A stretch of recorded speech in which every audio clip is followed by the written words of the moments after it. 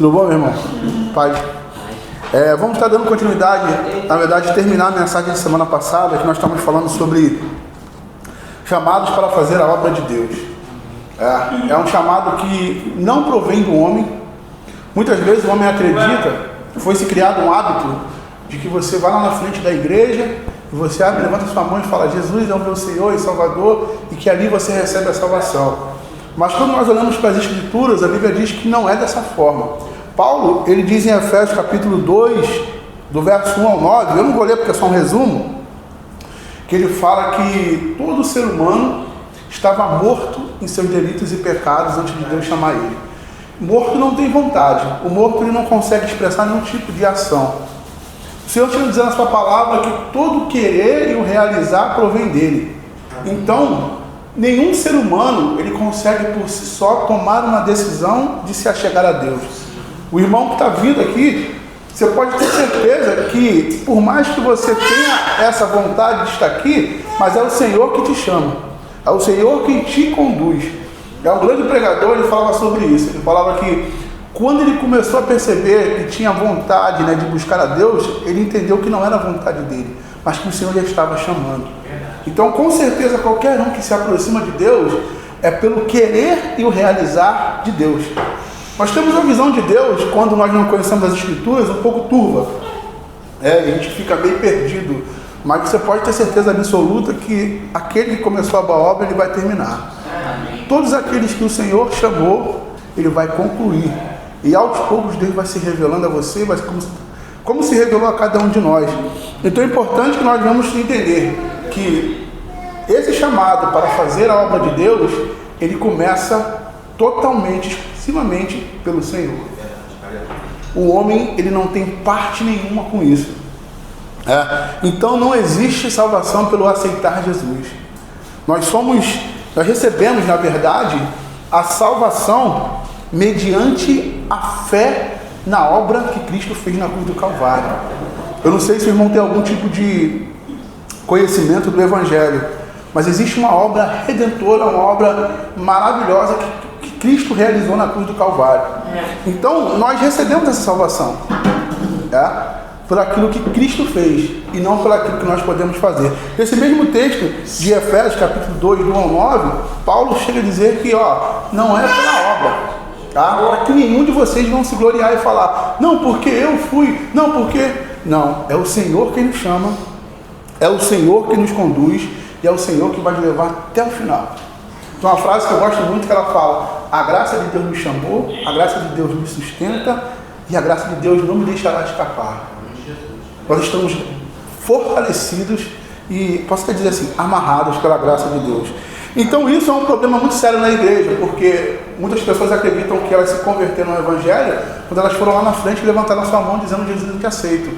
E elas fogem e não entendem o propósito real de como tudo acontece. E quando uma coisa começa errado, existe uma grande possibilidade de terminar errado. Então, Deus tem ministrado sobre a nossa vida sobre isso. Nós fomos chamados para fazer a obra de Deus, e esse chamado não é algo que provém do ser humano, mas que provém única e exclusivamente de Deus. O nosso chamado é uma atitude soberana de Deus e uma graça irresistível. O homem não consegue resistir ao chamado de Deus. E aí que vem a grande detalhe, Muitas pessoas não entendem. Nós temos vários exemplos na Bíblia, inclusive quando Jesus chama os próprios discípulos. Um estava trabalhando, o outro estava colhendo impostos. Jesus fala: siga-me. O homem não diz: para lá, faz um apelo emocional, deixa eu aqui guardar as minhas coisas. Não, calma aí, siga-me. E a Bíblia fala que imediatamente seguiram ao Senhor. Então o chamado do Senhor começa assim, com algo totalmente soberano e irresistível da parte de Deus. O segundo ponto que nós falamos foi sobre como somos guiados nesse chamado. Se Deus te chama, Ele vai te guiar. Só que muitas vezes não entendemos que como Deus nos guia é de uma forma muito clara e explícita, que é a palavra de Deus. Deus não precisa de mais nada, do que além da sua palavra. Não precisa abrir, tá, irmão? Vou só citar aqui. 2 Timóteo capítulo 3, 16 ao 17. Diz assim: pois toda a Escritura Sagrada é inspirada por Deus e útil para ensinar a verdade, condenar o erro, julgar o erro, corrigir as faltas e ensinar a maneira certa de viver. E isso para que o servo de Deus esteja completamente preparado e pronto para fazer todo tipo de boa obra. A suficiência das Escrituras em nos ensinar a verdade e nos fazer discernir, julgar tudo aquilo que é errado, corrigir tudo aquilo que precisamos e ensinar a maneira correta de viver. O que nos guia no nosso chamado é a palavra de Deus. Só que existe um ponto delicado, porque muitas vezes nós comprometemos a palavra de Deus para nossas próprias opiniões e para aquilo que nós achamos. E isso não é agradável a Deus. Então Deus nos mostra, olha só, eu chamei vocês para fazer algo, certo? E como vocês vão ser guiados? É pela minha palavra. Deus ele pode falar conosco através de sonhos, de visão, nós vamos falar mais sobre isso um pouco mais à frente, mas tudo testifica na palavra. A gente não foge da palavra para nada. A palavra é a nossa regra de fé e conduta, é a verdade absoluta que nós precisamos. A Bíblia chega a dizer que quando você nega a palavra, você nega Deus, você nega Cristo. E a palavra, ela é a maior autoridade dentro da igreja. Ela exorta, ela corrige, ela ensina e ela julga. Então a palavra de Deus é a única forma que Deus escolheu para nos guiar nessa caminhada. Ela vai nos mostrar tudo o que precisamos e como precisamos agir. E um ponto importantíssimo, para a gente finalizar esse resumão aqui, é que a nossa amizade, isso é muito delicado. No âmbito no âmbito congregacional, estava pensando outra coisa. No âmbito congregacional, se torna que cria vínculos, e vínculos é bom. Você tem que ter amizade, você tem que ter vínculo com um, com o outro. Então nós precisamos ser servos de Deus, como disse Jesus, exortarmos uns aos outros em amor, vivermos juntos, mas sempre colocando a palavra como nossa regra de fé e conduta. Sem isso, tudo fica muito mais difícil de se resolver, porque começa a vir as nossas próprias opiniões e as nossas próprias vontades. Amém, irmãos? Então, um resumão aqui do último culto foi como começa esse chamado, nós já falamos, e o como somos guiados nesse chamado. E nesse terceiro ponto aqui, que também é curto, nós vamos falar um ponto importante, que é como eu descubro o meu chamado. Aí é que é um mistério profundo. A Bíblia ela é bem clara quanto a isso, e isso aqui nós vamos ler agora um pouco delicado, porque contradiz muitas coisas que a gente vê aí fora. O chamado congregacional, eu vou falar para você, irmão, é raro de você conseguir olhar para uma igreja e você conseguir ver essa raiz crescendo. Porque a cultura, né, que nós temos aqui hoje nas igrejas contradiz muito isso. Muito. Então, vamos tentar aqui, pela misericórdia de Deus, entender o que Deus quer falar conosco. E é bênção porque só estamos nós aqui, então tem um propósito maravilhoso nisso. Tudo isso que nós vamos falar faz parte da estrutura congregacional de uma igreja. Jesus fala que aqueles que são da verdade vão andar na verdade, vão permanecer na verdade. Então vamos lá. O que fui chamado a fazer e como saber que Deus me chamou para isso? Eu conheço alguns irmãos que falam, poxa, eu fui chamado para ser pastor. Eu falei, meu irmão, como é que você sabe? Não, eu estava orando um monte e Deus veio e falou comigo através do profeta que eu seria pastor. Eu falei, meu, mas biblicamente, como é que você consegue encaixar essa visão que você teve nas escrituras? Não, irmão, Deus falou, está falado. Eu falei, não, Deus falou, está falado. Ou seja, muitas vezes nós criamos expectativas em algo, né, que nós queremos, que nós tivemos uma experiência com Deus, e nós falamos, não, é isso que eu quero. Irmão, eu, particularmente, é até engraçado, uma das coisas que eu menos gosto de fazer, não é que eu faço de má vontade, a coisa que eu não me sinto confortável a fazer é ministrar a palavra. Eu queria muito estar com meu violão tocando, mas Deus fala, não, eu quero que você ministre. Então, o nosso chamado não é voltado para aquilo que nós queremos, mas aquilo que Deus nos chamou para fazer. Entendeu? Então Deus, nessa caminhada, Ele nos constitui ministro, certo? O que significa ministro? Servo. Muitas igrejas que pegam, né? Eu vou te ordenar ministro. Não, se você está em Cristo, você já é um ministro. Você precisa ser ordenado aquilo que Deus te estabeleceu. Paulo fala isso Em 2 Coríntios, capítulo 3, do 4 ao 6, e diz: é por intermédio de Cristo que temos tal confiança em Deus, não que por nós mesmos sejamos capazes de pensar alguma coisa, como se partisse de nós. Pelo contrário, a nossa suficiência vem de Deus, o qual nos habilitou para sermos ministros de uma nova aliança, não da letra, mas do Espírito, porque a letra mata, mas o Espírito vivifica.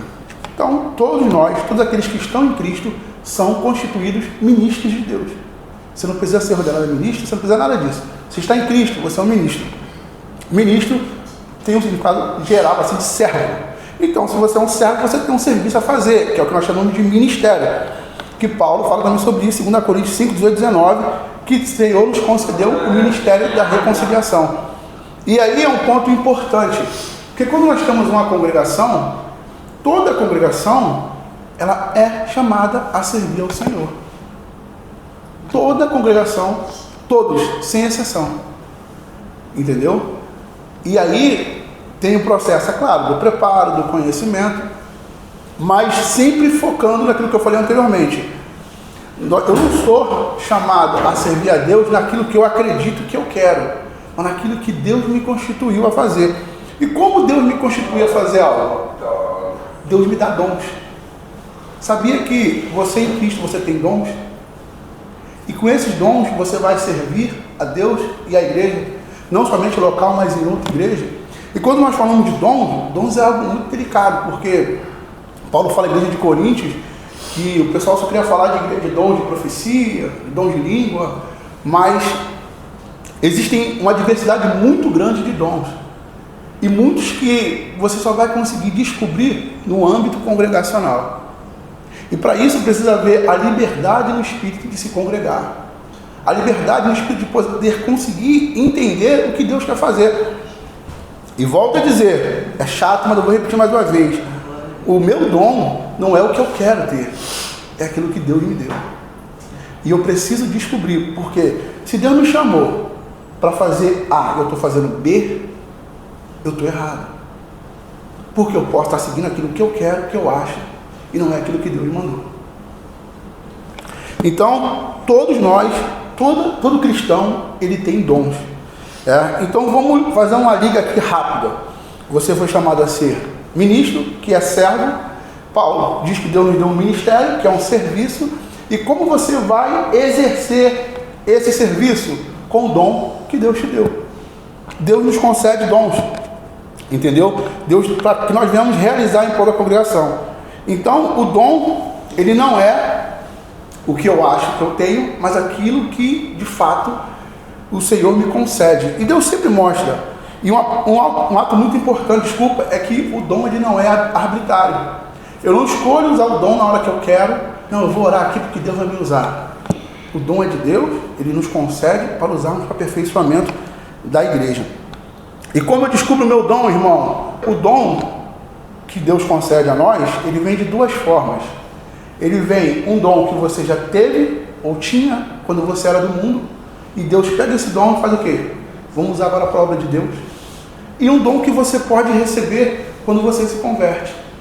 Você pode receber dons que você se converte, que Deus quer te usar em área específica. E você pode pegar um dom, por exemplo, tem muita gente que era líder lá no mundo, que liderava, fazia qualquer tipo de coisa, e Deus pode pegar esse dom e trazer, aperfeiçoar, santificar para que você utilize na obra. Então, necessariamente não é o que eu quero, mas aquilo que, de fato, o Senhor já me concedeu. Então, o dom espiritual são habilidades que o Espírito Santo nos concede para a edificação da igreja. Como eu falei, o seu dom e o meu dom, ele pode ter vindo de dom de algo que era antes de a gente se converter, e o Senhor santificar para que venhamos usar agora no meio da congregação, ou eu posso receber sim um dom na hora que eu me converto. Deus ele pode te dar um dom hoje para te usar especificamente uma área, e amanhã Deus pode te dar outro dom. A Bíblia fala que há uma diversidade de dons, e que Deus pode te usar em determinado momento, em determinadas situações. Então nós recebemos o nosso dom quando nós nos convertemos, ou pode ser algo que vem de fora. Um dom que é muito comum, e eu vejo isso muito comum dentro da igreja, é o dom da fé. Fala assim, pô irmão, da fé, Paulo fala isso. Ele não está falando do dom da fé de crer. O dom da fé, que eu entendo que Paulo está falando, são pessoas que intercessoras. Tem irmãos que a gente chega e fala, poxa, irmão, estou nessa situação, irmão, lá, vamos orar. E isso é tremendo, cara. Não é que Deus ouve mais um ou outro, mas é um dom que a pessoa tem de conseguir se achegar a Deus e clamar ao Senhor em uma fé que às vezes a gente não tem. Você pega no mundo congregacional, tem sempre pessoas que vivem muitas situações, experiências de oração. E isso é maravilhoso, porque você vê Deus fortalecendo. Tem irmãos que, irmão, nós podemos reunir aqui, tá? Eu entendo o que eu estou falando e tenho muita responsabilidade com isso, porque a Bíblia fala que a oração do justo muito pode seus efeitos.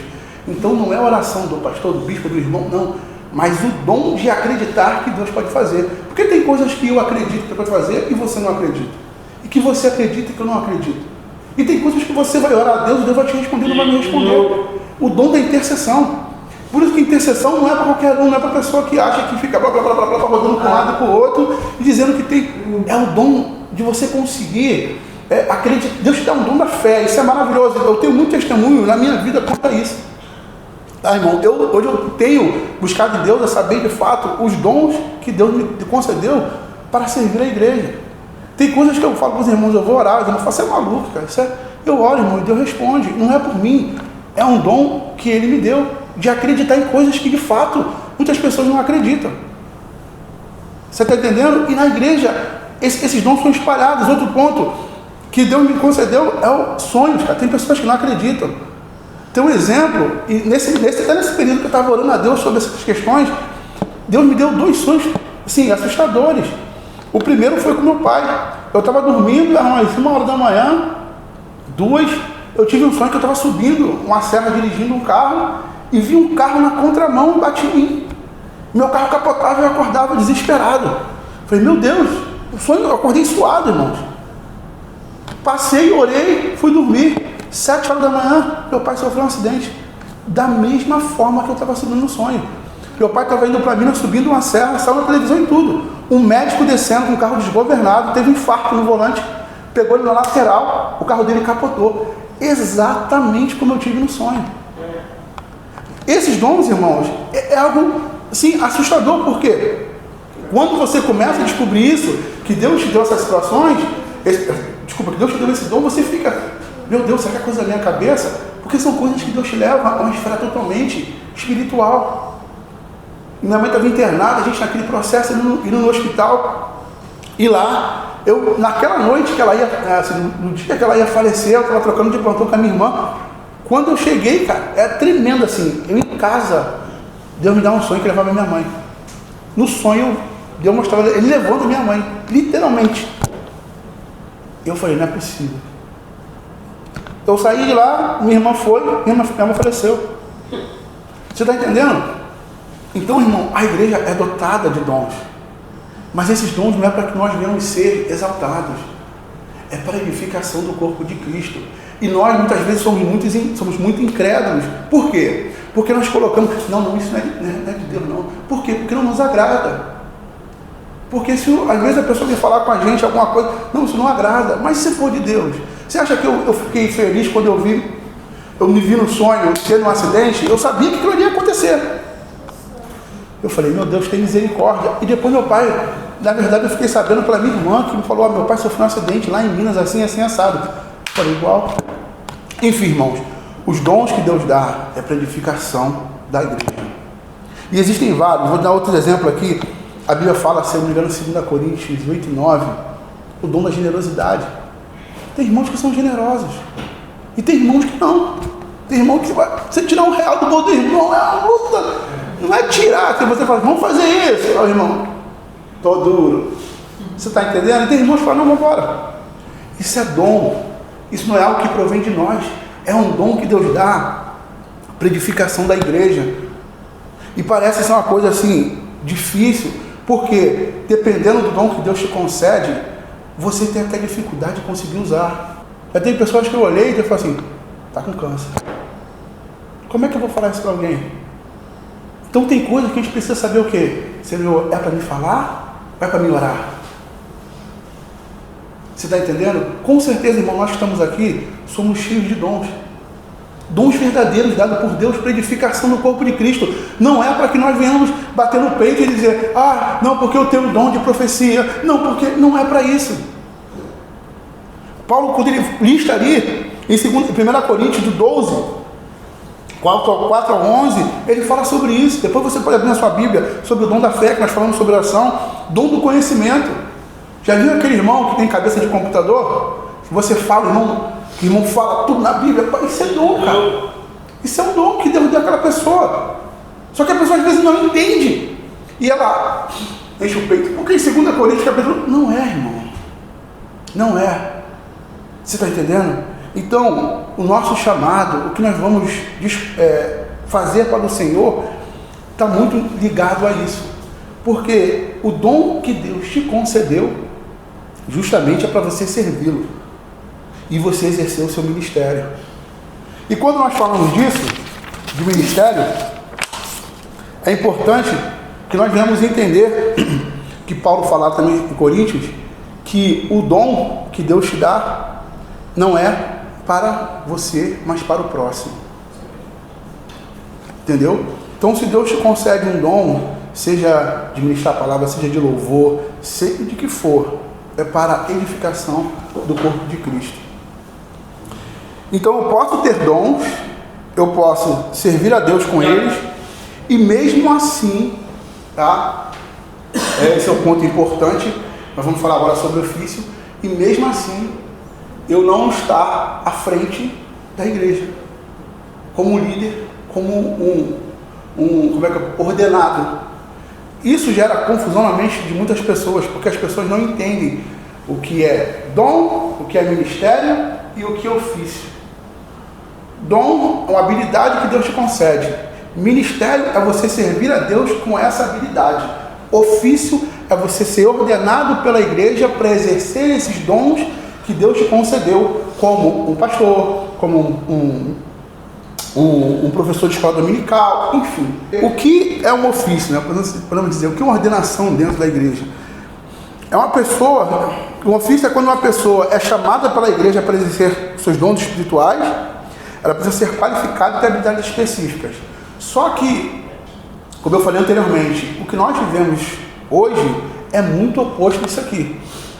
Hoje, uma pessoa ordenada dentro da igreja, porque ela está desde o início, porque ela tem 10 anos, porque o líder lá, o pastor, acordou e falou: você vem cá, está aqui comigo desde o início, né? Merece aqui, vou te dar uma promoção. Vem cá ser pastor, vem cá ser isso. E a Bíblia fala que isso está totalmente errado. O caminho é esse, entendeu? Só que as pessoas não entendem que isso testifica de que eles estão sendo gerados na mentira. E se a gente começar a cavar aqui, que não é nem muito necessário, nós vamos entender que uma boa parte de homens que se dizem pastores não foram estabelecidos pela Bíblia. Não foram estabelecidos por Deus. Irmão, eu não tenho medo nenhum de falar isso, porque isso é a verdade que fala. Se Deus fala, o caminho a seguir é esse. Se eu for seguir esse aqui, eu estou errado. Você está entendendo? Então, quando Paulo fala, lá em Coríntios, fala em Efésios, sobre servir a igreja, sobre ser ordenado, instituído, não é algo que provém de um homem decidir.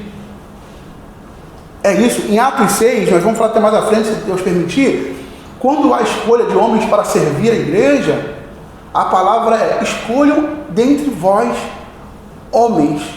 Não está dizendo: olha, vamos lá, eu vou escolher você porque você é meu amigo, porque você... Não. A palavra de Deus, ela vai direcionar exatamente o que precisa ser feito. Na ordenação congregacional, a Bíblia diz que existem dois tipos de pessoas que podem exercer. É o diácono e o presbítero. Que Paulo dá a lista a Timóteo: olha, diácono e presbítero tem que ser assim. Eles são assim? Beleza, são diácono e presbítero. Para serem oficializados pela igreja, como um pastor, como ministro da palavra, como qualquer outra coisa, eles antes precisam ser isso. E depois alcançar o testemunho público. E a igreja receber os irmãos como a liderança. O problema é que hoje é tudo ao contrário. Tem muitos crentes que falam que é muito experiente, que é isso, que é aquilo, mas pede para ele perguntar ao pastor dele onde ele se formou. Quem ordenou ele a pastor? Quem ordenou? O diácono. Foi ordenado por quem? O pastor acordou de manhã e falou: não, vou fazer ordenação na igreja. A Bíblia não fala sobre isso, irmão. A Bíblia fala que o testemunho, ele é congregacional. E aqui é a nossa luta, quando nós ministramos a palavra de Deus aqui, é para que os irmãos alcancem entendimento para poder julgar essas coisas. Isso é a essência da igreja.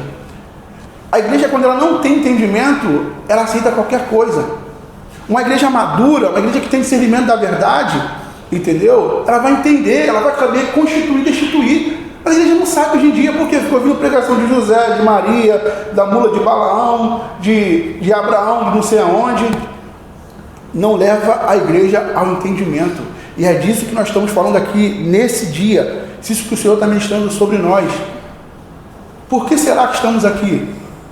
Por que será que só nós estamos aqui? Para se constituir uma congregação, tem que ter fundamento. Tem que ter, como é que eu posso dizer? Uma base, um alicerce.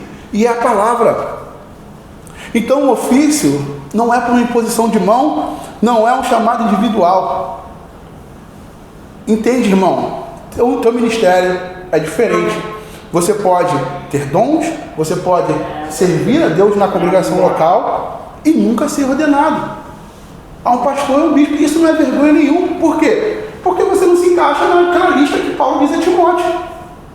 Você não se encaixa nos pré-requisitos. Então, ou seja, tem pessoas que têm dons de pregar a palavra, mas a igreja não reconhece.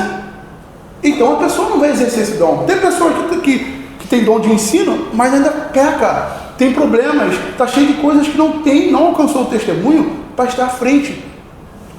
Você está entendendo? Como não parte de uma pessoa só do que ela quer fazer, então Deus dota a pessoa de dons e talentos e a igreja chama. E nós, como povo de Deus, precisamos nos posicionar contra isso. Por que nós aceitamos tudo que nos é colocado? Paulo chega a dizer em Gálatas 1:10 que se nós não tivermos comprometimento com a palavra, não podemos ser servos de Cristo. É isso que ele diz. Se você não tem comprometimento com a palavra, você não pode ser um servo de Cristo. Ele já vai dizer, eu vou obedecer a homens ou a Deus? Eu vou obedecer a quem? Atos, como eu falei anteriormente, só vou botar a passagem aqui, Atos 6, 1-3, diz, ora, naqueles dias, multiplicando-se o número de discípulos, houve murmuração dos helenitas contra os hebreus, porque as viúvas deles estavam sendo esquecidas na distribuição diária. 2. Então, os 12 provocaram a comunidade dos discípulos e disseram, não é razoável que nós abandonemos a palavra de Deus para servir as mesas. 3. Mas, irmãos, escolhei dentre vós 7 homens de boa reputação, cheios do Espírito e de sabedoria, os quais encarregaremos esse serviço. Escolham dentre vós. Mas como é que a igreja vai escolher se a igreja não é ensinada a ter maturidade, a discernir, a julgar? Então, irmãos, nós temos que entender para onde Deus está nos chamando, o que Deus requer de nós. Então, quando nós não entendemos, de fato, essa verdade, isso é perigoso, porque nós podemos estar fazendo aquilo que Deus nos chamou a fazer. Eu falo porque, quando eu fui ordenado diácono, eu tinha medo, porque eu estava com medo. Eu falei, Senhor, será que eu alcancei o testemunho congregacional? Será que a igreja reconhece isso? Porque a ordenação não é um espetáculo. Eu vejo as pessoas que são ordenadas alguma coisa e tiram foto com certificado. Isso não existe, irmão. Você é ordenado para a igreja. Entendeu, irmão? Deus te dá dons para a igreja. O compromisso de Deus é com a igreja. Então as pessoas acham que a ordenação, isso é um espetáculo, e não é. Então nós temos que estar focados nisso. Jesus, ele fala que é tão importante a gente estar seguindo o caminho da verdade e buscar fazer as coisas segundo a palavra de Deus, porque isso vai testificar se verdadeiramente somos da verdade. Ele chega a dizer que existem pessoas que estão fazendo milagres, maravilhas, liderando igrejas, enfim, e vão para o inferno. Então, estar na frente da igreja, ser ordenado, se não for segundo o propósito de Deus, se não estivermos alinhados com a palavra de Deus, nós temos uma, inclinação muito forte. Eu vi o que Jesus disse a grupo de pessoas em Mateus 7. Eu não conheço vocês, porque vocês não estão na verdade. Ah, mas aquele povo foi posto para isso. O caminho que esse povo seguiu foi o caminho da mentira. Exatamente isso. Eles não seguiram o caminho da verdade. Isso choca, porque existem muitas pessoas que estão dizendo que são homens de Deus, porque a Bíblia fala que os homens faziam sinais de prodígios e maravilhas. Eu nunca vi sinal de maravilha. Uma vez falando sobre isso, diz que maravilhas é coisa assim, de não ter braço e nascer braço. Coisas assim assustadoras, entendeu? Não estou dizendo esse literalmente, mas coisas assustadoras. Eram homens conhecidos, eram homens cheios de influência. Irmão. Mas não foram plantados na verdade. Eles não tinham a verdade, né? Eles não se preocupavam se o que eles estavam fazendo era de Deus. Vamos por aqui porque aqui está dando certo. Vamos por aqui porque está dando certo. E não é assim, irmãos. Deus está nos constituindo, abrindo espaço, abrindo a nossa mente para entender. E falando para a gente, não se desvie da palavra de Deus. Não se importe com o que as pessoas vão falar ou pensar. Faça o que está escrito na palavra. Então é isso, irmãos.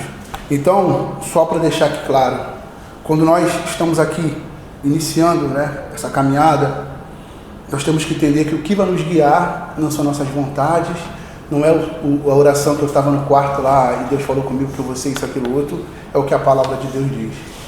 Você pode ter dons, você pode ter talentos, mas você nunca pode ser ordenado a servir. E você é mais homem de Deus ou menos homem de Deus do que isso? Não. Você não é. Então você pode usar os seus dons, você pode usar o seu talento, você pode usar tudo aquilo que Deus te concedeu para a edificação do corpo de Cristo no âmbito congregacional. Então não há problema nenhum nisso.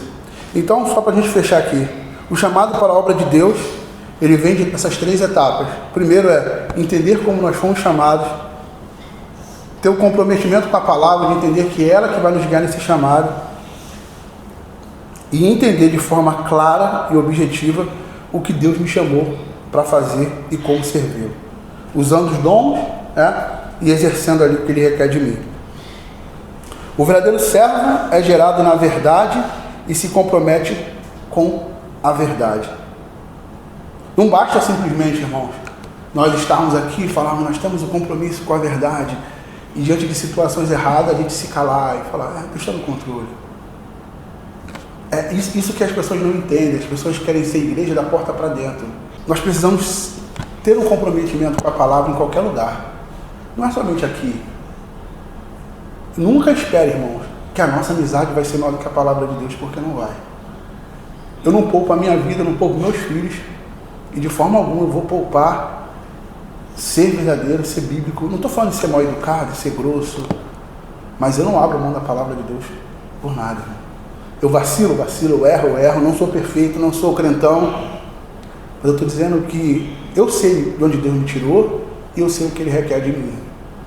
Eu tenho buscado descobrir todo o meu coração os dons que o Senhor me concedeu para que eu venha servir cada vez mais a igreja, para que eu venha ensinar meu filho a servir com verdade. Então eu nunca, minha esposa está aqui que não deixa mentir, eu nunca vou comprometer o evangelho pela nossa amizade ou por nada que nós viemos fazer. Muitas pessoas dizem, eu sou fiel na obra, sou fiel à minha igreja. O detalhe não é você ser fiel. O detalhe é se nós estamos sendo fiel à verdade. Porque eu posso ser fiel ao erro. Então que nós viemos orar ao Senhor e clamar ao Senhor e falar, Senhor, será que eu estou sendo fiel a Ti? Será que eu estou buscando as minhas vontades, fazer aquilo que eu quero, esquecendo aquilo que o Senhor me concedeu e que o Senhor me deu? Que o Senhor nos ajude, irmãos, a sermos fiéis a Ele de forma plena e não somente quando nos convém. Amém.